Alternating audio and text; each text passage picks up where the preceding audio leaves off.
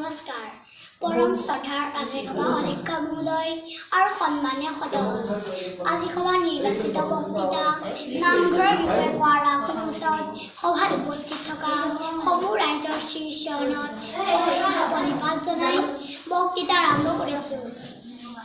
নামঘৰ এটা ৰাজহুৱা মঞ্চ য'ত সকলোৱে মিলি গীত নাট ভাওনা আদি কৰিব পাৰোঁ আৰু নাম কীৰ্তনত ভাগ ল'ব পাৰোঁ। পুৱা গধূলি নামঘৰত বাজি উঠা শংখ ঘণ্টা দবা শব্দ হৰিনামৰ ধ্বনিৰে মন পবিত্ৰ কৰি আশাৰ সঞ্চাৰ কৰে। হে মাননীয় অধ্যক্ষ মহোদয়, গুৰুজনাই এক শৰণ হৰি নাম ধৰ্ম প্ৰচাৰ কৰি চিহ্ন যাত্ৰা ভাওনা প্ৰদৰ্শন কৰি সাত ৰাতি নৃত্য গীত বাদ্যৰে ৰাইজক মুগ্ধ কৰি ৰাখিছে। মূল নামঘৰ ভাগক 4টা ভাগত ভাগ কৰা হয়। 1 কীৰ্তন ঘৰ, 2 মণিকূট, 3 বাটচুৰা, 4 চৌঘৰ। কীৰ্তন ঘৰটো পূবা পশ্চিমকৈ সজা হয়। মুঠতে 4 শাৰী খুঁটা পোতা হয়। কীৰ্তন ঘৰৰ প্ৰথম খুঁটাজোৰেদি দ্বিতীয় খুঁটাজোৰৰ সোঁফালে থকা খুঁটাটোৱে লাই খুঁটা। এই লাই খুঁটা গুৰুজনাৰ বাবে সংৰক্ষিত। মণিকূটৰ আসনভাগ 3, 5 বা 7 খলপীয়া। এই আসনত গুৰুজনাৰ গুণমালা পুথিভাগ ৰখা হয়। কীৰ্তন ঘৰৰ কাষতে চৌঘৰ থাকে।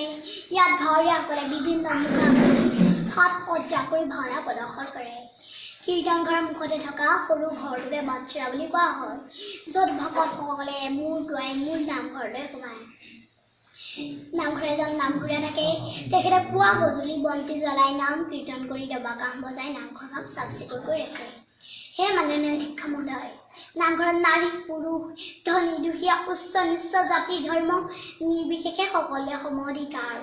নামঘৰক কেন্দ্ৰ কৰি এখন সমাজ গঠিত হৈ একেখন মজিয়াতে এটা পৰিয়ালৰ দৰে বান্ধ খাই থকা হয়।